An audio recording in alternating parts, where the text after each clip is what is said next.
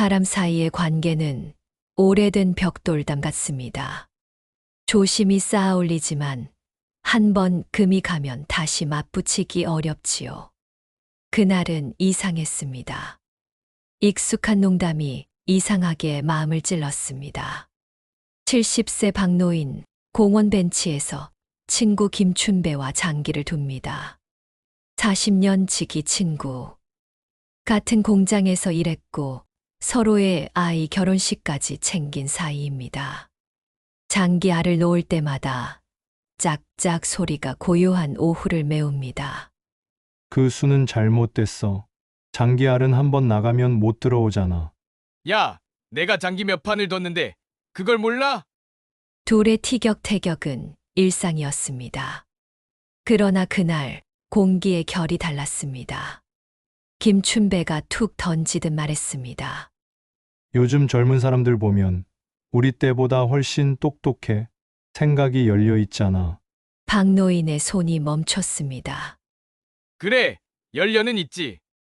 대신 깊이는 없어. 그래도 뭐 꼰대 소리 듣기 싫다고 자기 생각을 솔직히 말하잖아. 그건 배워야지. 잠시 침묵. 박노인의 눈썹이 꿈틀거립니다.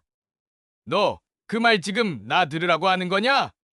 아니, 그냥 요즘 세상 얘기한 거야. 됐어. 세상 얘긴 그만하자. 바둑알이 떨어지는 소리처럼 대화도 뚝 끊겼습니다. 그리고 박노인은 천천히 장기판 덮개를 닫습니다. 나 먼저 간다. 김춘배는 몰아잡을 새도 없이 그가 걸어나가는 뒷모습만 바라봤습니다. 햇살이 길게 그림자를 내렸습니다. 낙엽이 발끝을 스쳤습니다. 늦가을 냄새가 짙게 밴 골목길. 박노인은 혼잣말처럼 중얼거렸습니다. 40년 친구가 그딴 말 한마디로 나를 무시하네. 속에서 뭔가 쿵 내려앉는 느낌. 가슴이 조여옵니다. 그날 밤 전화기 옆에 앉은 그는 리모컨을 만지작거리다 그냥 내려놓습니다. 손끝이 자꾸 전화기 쪽으로 향하지만 결국 누르지 못합니다. 내가 왜 먼저 전화를 해? 잘못한 건 걔잖아. 텔레비전 뉴스에서 노년의 외로움이라는 단어가 흘러나옵니다. 그는 툭 전원을 꺼버립니다. 방 안은 금세 조용해졌습니다. 아버지, 오늘 김 아저씨랑 또 장기 두셨어요? 몰라. 이제 그런 사람 필요 없어. 왜요? 평생 친구 아니셨어요? 사람은 말 한마디면 끝나는 거야. 나이 먹을수록 그게 더 정확해. 딸은 한숨을 쉽니다. 아버지, 너무 예민하게 받아들이신 거 아니에요? 예민. 나를 무시했는데 그게 예민이냐? 박노인은 전화를 끊고 한참을 멍하니 앉아 있습니다. 벽식의 초침 소리만 들립니다. 그의 눈길이 창밖으로 향합니다. 어제까지 웃음이 있던 그 벤치. 장기판은 덮인 채 낙엽에 반쯤 묻혀 있습니다. 사람은 나이가 들수록 말보다 기분을 먼저 기억합니다.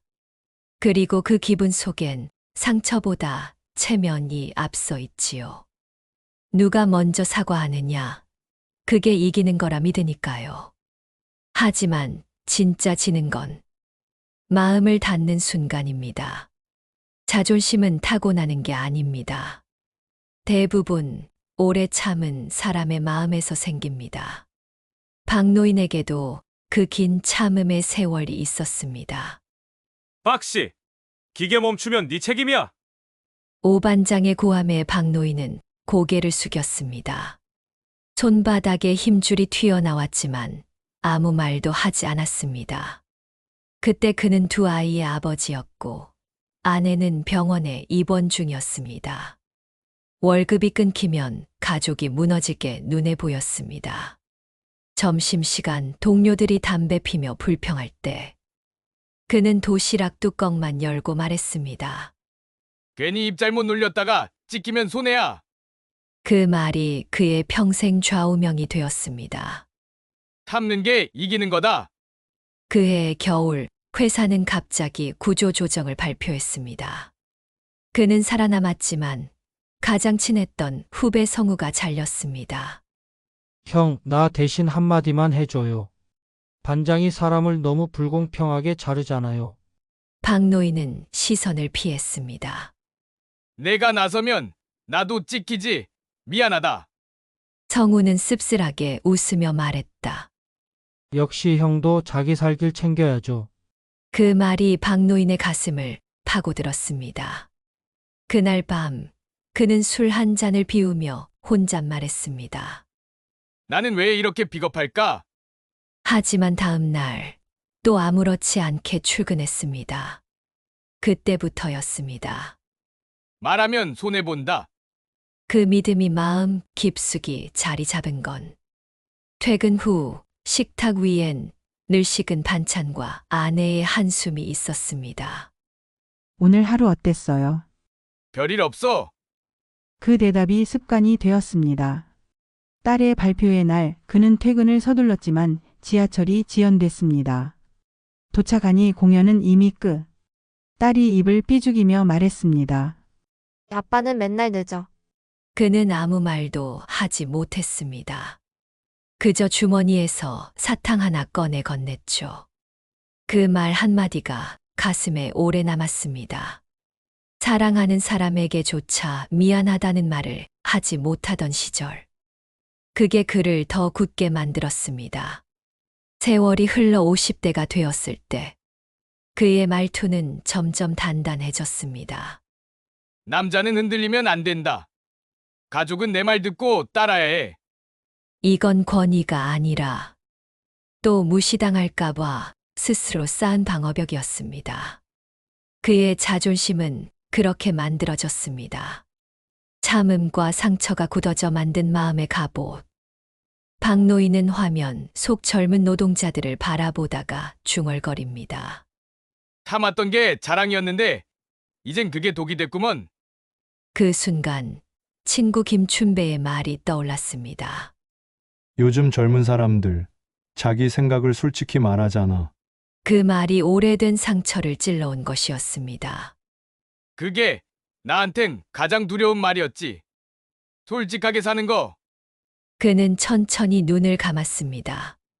참았던 세월이 자존심이 되었고 자존심이 벽이 되어버린 자신의 모습을 떠올립니다. 자존심은 강함의 증거가 아닙니다. 때로는 두려움을 감추는 또 다른 이름입니다. 젊을 땐 참음이 미덕이었지만 나이 들어선 그 참음이 고립이 되기도 하지요. 그의 마음속 어딘가에서 오래된 문 하나가 끼익 하고 닫히는 소리가 들립니다. 그 소리가 바로 박노인의 지난 세월이었습니다. 나이가 들면 세상이 낯설어집니다. 젊을 땐 내가 세상을 끌고 간다고 믿었는데 이젠 세상이 나를 앞질러 갑니다. 그럴수록 사람은 자기 방식을 더 세게 붙잡게 됩니다. 심리학에서는 이것을 통제감 상실이라 부릅니다. 며칠 전 박노인은 은행에 갔다가 깜짝 놀랐습니다. 익숙한 창구가 사라지고 대신 기계가 서 있었습니다.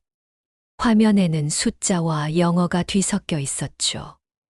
이걸 어떻게 눌러야 해? 직원이 다가와 돕겠다고 하자 그는 손을 획 치웠습니다.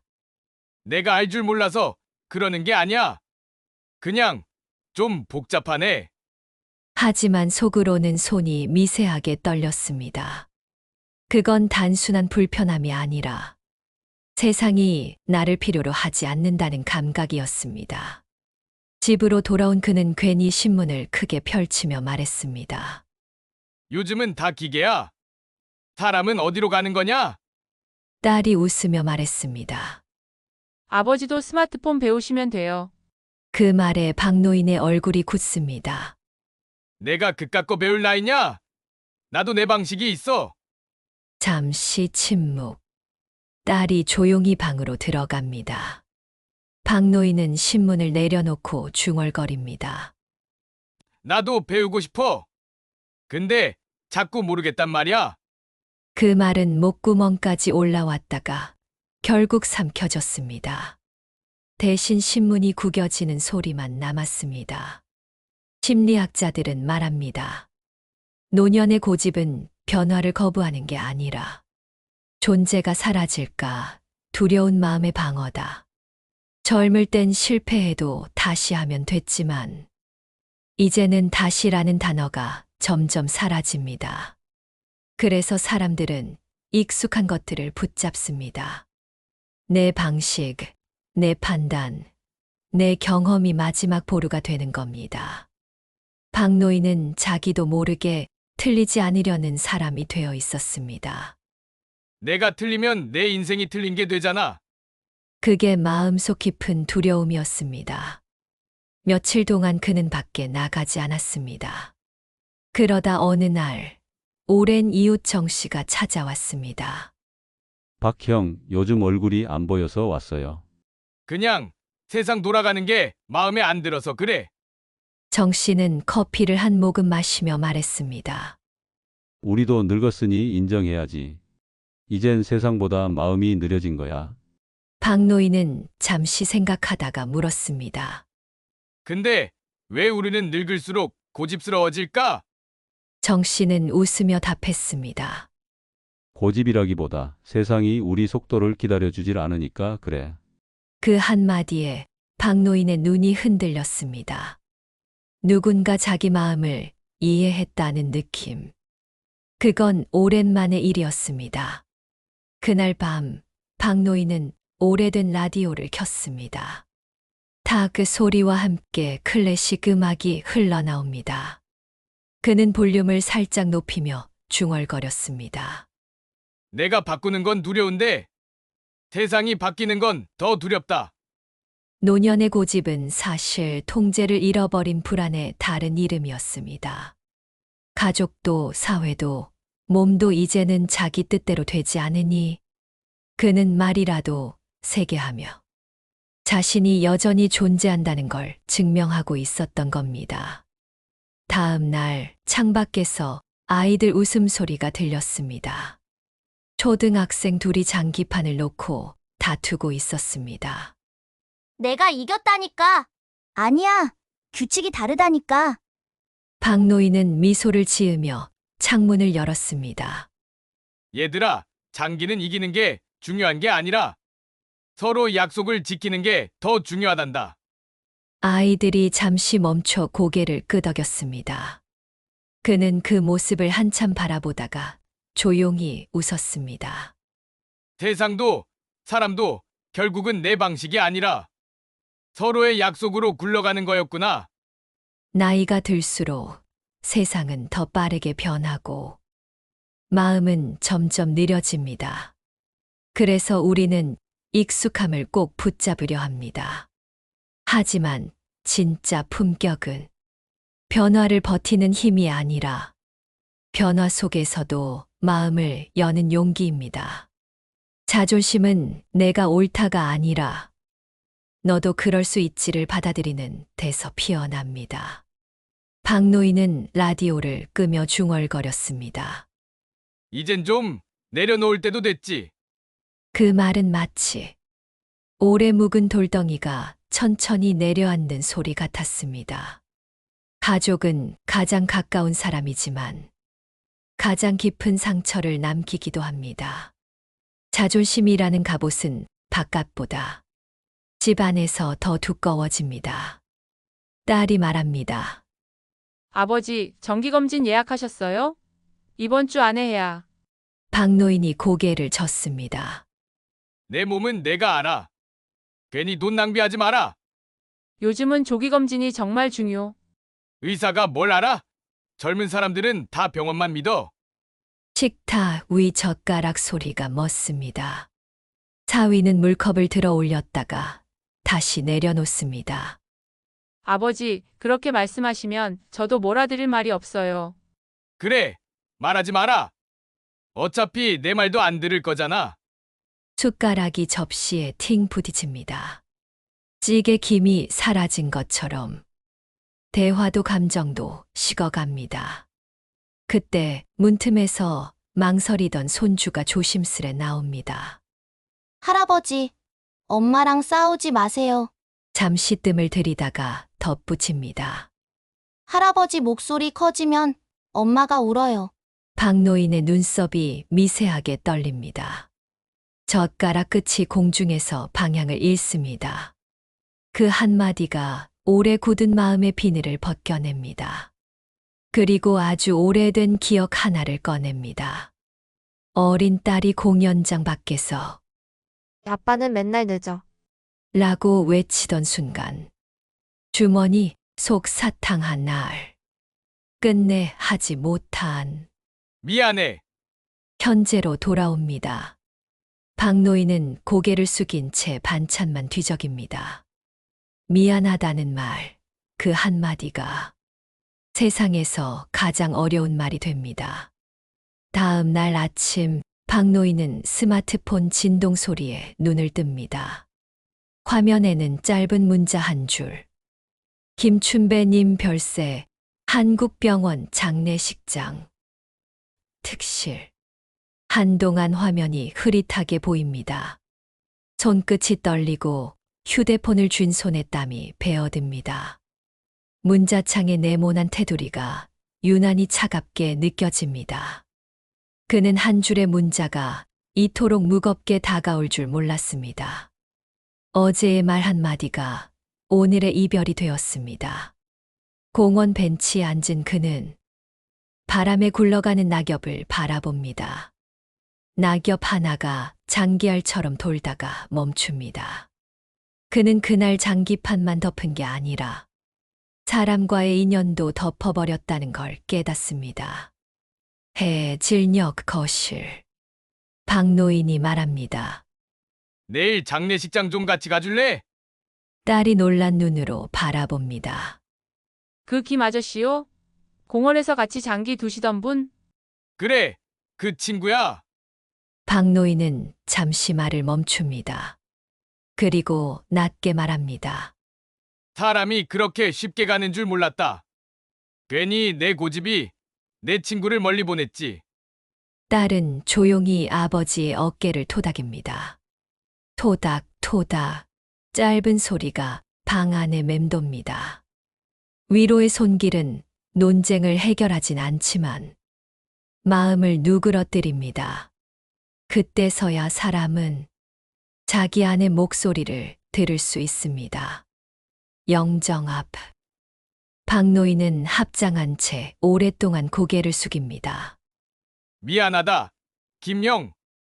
내가 너무 늦었지. 그날 내 말이 틀린 게 아니었어. 향 냄새가 코끝을 스칩니다. 눈가가 뜨거워집니다. 그는 한 발 더 앞으로 나아가지 못합니다. 뒤에서 딸이 팔꿈치를 살짝 받쳐줍니다. 그제야 그는 천천히 고개를 끄덕입니다. 밤, 식탁. 국은 다시 따뜻합니다. 식탁 위 불빛이 부드럽게 흔들립니다. 오늘 영정 앞에서 속으로 그랬다. 미안하다, 김영. 이제라도 내 고집 좀 내려놓겠다고. 딸이 잠시 눈시울을 매만지다 조용히 말합니다. 아버지, 저한테도 그 말 한 번만 해주세요. 긴 침묵. 초침이 벽을 천천히 돕니다. 그 말은 딸만 기다린 것이 아니었습니다. 사실 박노인 자신이 가장 오래 기다려온 말이었습니다. 미안하다. 그 말이 떨어지는 순간 식탁 위 전등 불빛이 유난히 따뜻해집니다.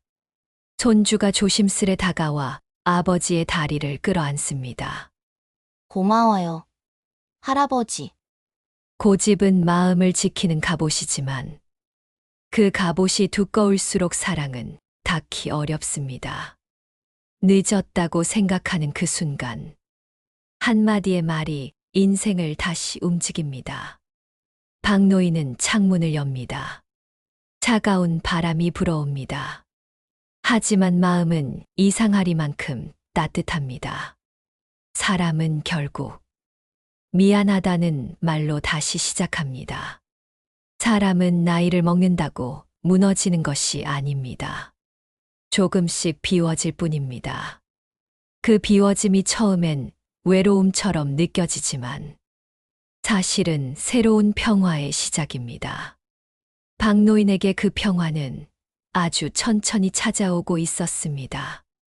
며칠 후 박노인은 혼자 공원으로 향했습니다. 그가 늘 앉던 벤치엔 낙엽이 가득 쌓여 있습니다. 그는 조심스레 주머니에서 낡은 장기알 2개를 꺼냈습니다. 춘배야, 내가 없으니 이 자리가 참 조용하다. 그는 장기알 하나를 벤치에 내려놓습니다. 바람이 불어 낙엽이 2알 사이를 스쳐갑니다. 그 바람이 마치 친구의 마지막 인사처럼 느껴집니다. 그는 그제야 깨달았습니다. 고집은 자신을 지키는 힘이 아니라 자신을 가두는 벽이었습니다. 그리고 그 벽 뒤에는 사람이 떠날까봐 두려워했던 마음이 숨어 있었습니다. 박노인은 작게 중얼거립니다. 이제 알겠네. 내가 무서워했던 건 틀리는 게 아니라 외로워지는 거였구나.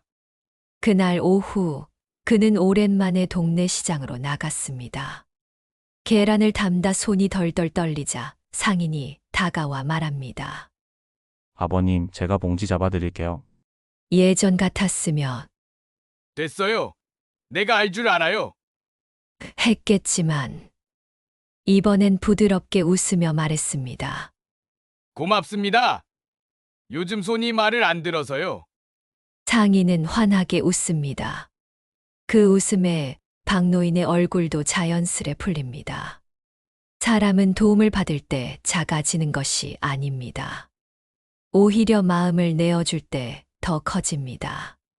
그 웃음은 사람 사이의 온기가 아직 남아있음을 조용히 알려주는 듯 했습니다.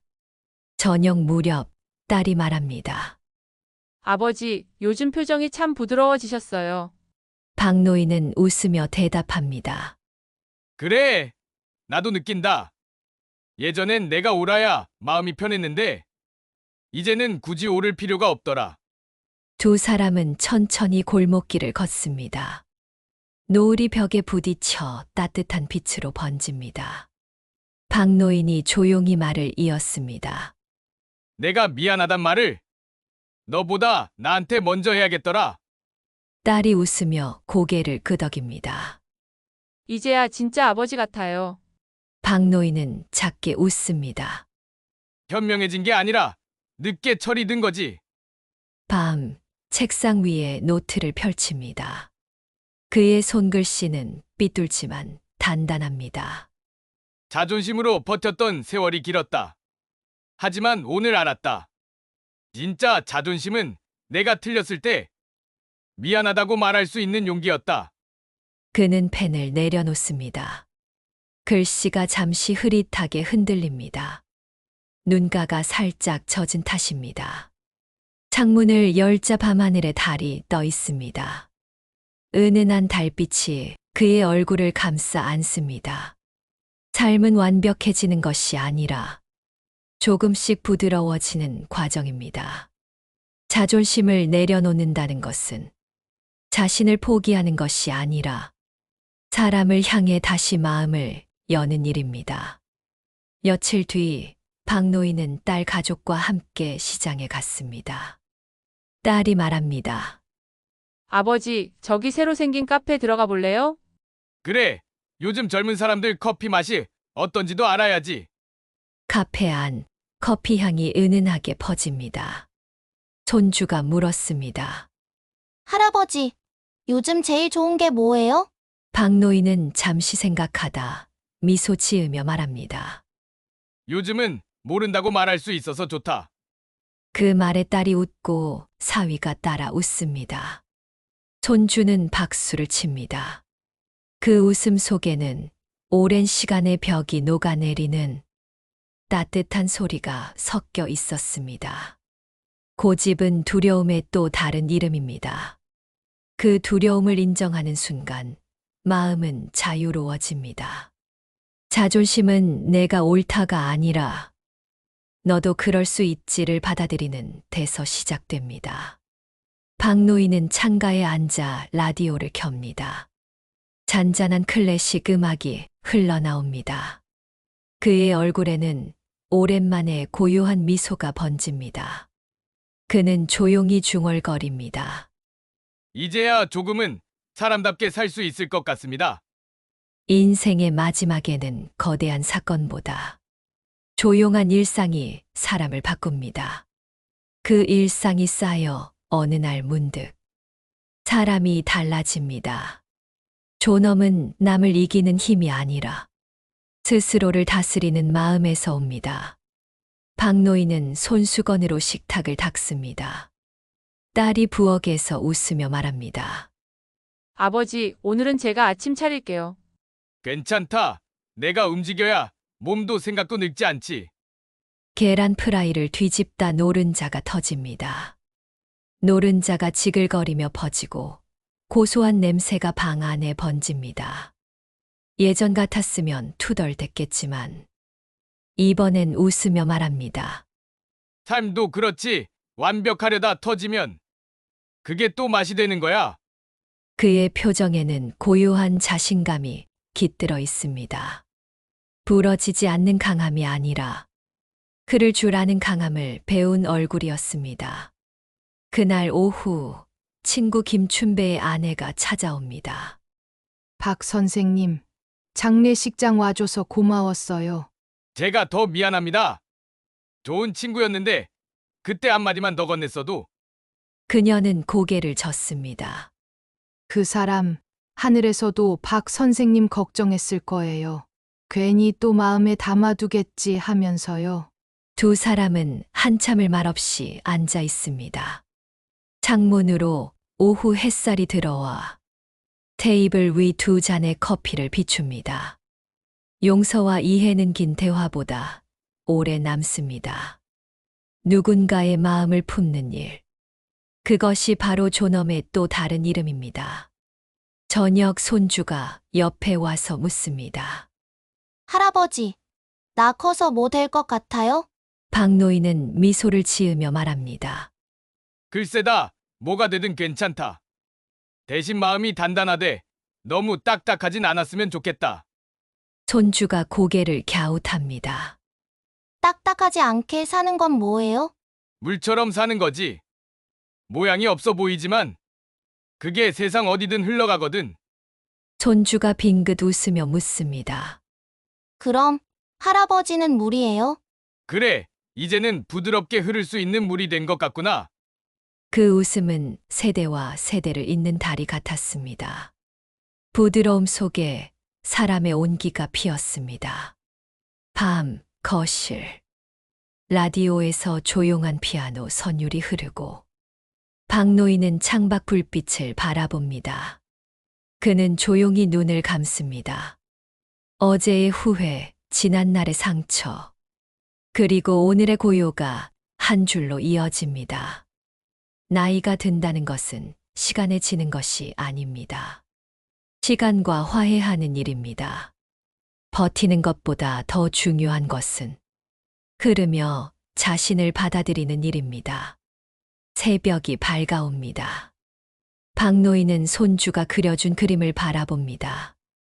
할아버지와 손주가 함께 웃고 있는 그림입니다. 그는 벽에 그림을 붙이며 말합니다. 이게 내 상이라고 해도 되겠지. 햇살이 그림 위로 천천히 스며듭니다. 박노인은 조용히 미소 짓습니다. 존엄은 완벽함에서 오지 않습니다. 마음이 부드러워질 때 그 안에 존엄이 머뭅니다. 자존심은 세상을 막지만 유연함은 세상을 품습니다. 박노인은 커튼을 열며 아침 공기를 들이마십니다. 햇살이 그의 얼굴 위로 번집니다. 그는 천천히 중얼거립니다. 그래, 인생 결국은 부드럽게 살아야 하는 거였구나. 이야기를 함께 해주셔서 감사합니다. 혹시 오늘 영상이 마음에 닿았다면 구독과 좋아요, 알림 설정으로 더 많은 이야기에서 다시 만나 뵙겠습니다. 오늘 하루도 부드럽게 살아가시길 바랍니다.